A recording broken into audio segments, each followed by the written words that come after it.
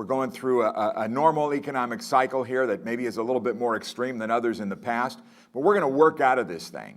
And there are a lot of things that have happened that have really proved to be very beneficial for I think, us as a society. It's changed a way a lot of people treat money. People are more respectful of their personal finances now. And so I just want to point out a couple of things that came across my desk. We got a report this week that talked about delinquencies, bank and credit card delinquencies. How many people are not paying their bill on time? And according to the way they keep track of this, if you're more than 30 days behind making a payment on a credit card or something else like that.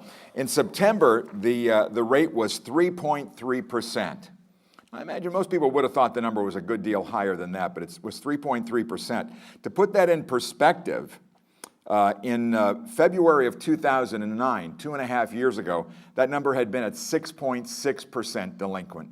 Now we're 3.3. Americans are doing a better job of being responsible with their personal finances. I think that's really, really very good. The 20-year average, the 10-year average for delinquencies is 4.6. We're at 3.6 now. The 20-year average just about the same. Another thing that we saw, and I'll leave some, I'm going to mention this one real quick, but I'll leave more time later on to talk about real estate. But we got a report this morning that said September housing starts, and this is the headline, surge 15%. It's the highest level we've seen in new home construction in 17 months. If any of you work in the construction industry, that has to be absolute music to your ears, because we have just not been building houses anywhere in this country, but especially here in San Diego County. There's been a real lack of construction.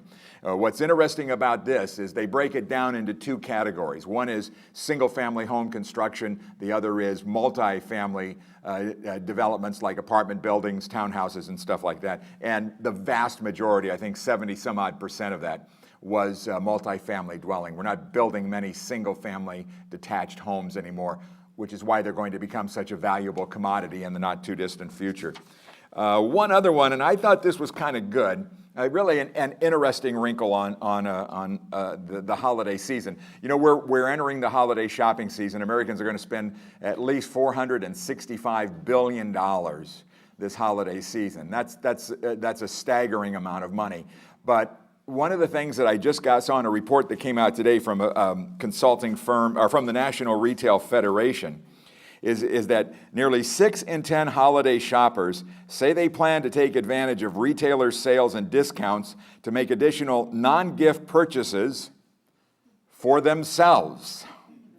I think that's really, really an important comment, because if indeed people were being very cautious and eliminating discretionary spending, yeah, they'd buy toys for the kids and the grandkids and clothes for the kids and grandkids, but they wouldn't go overboard.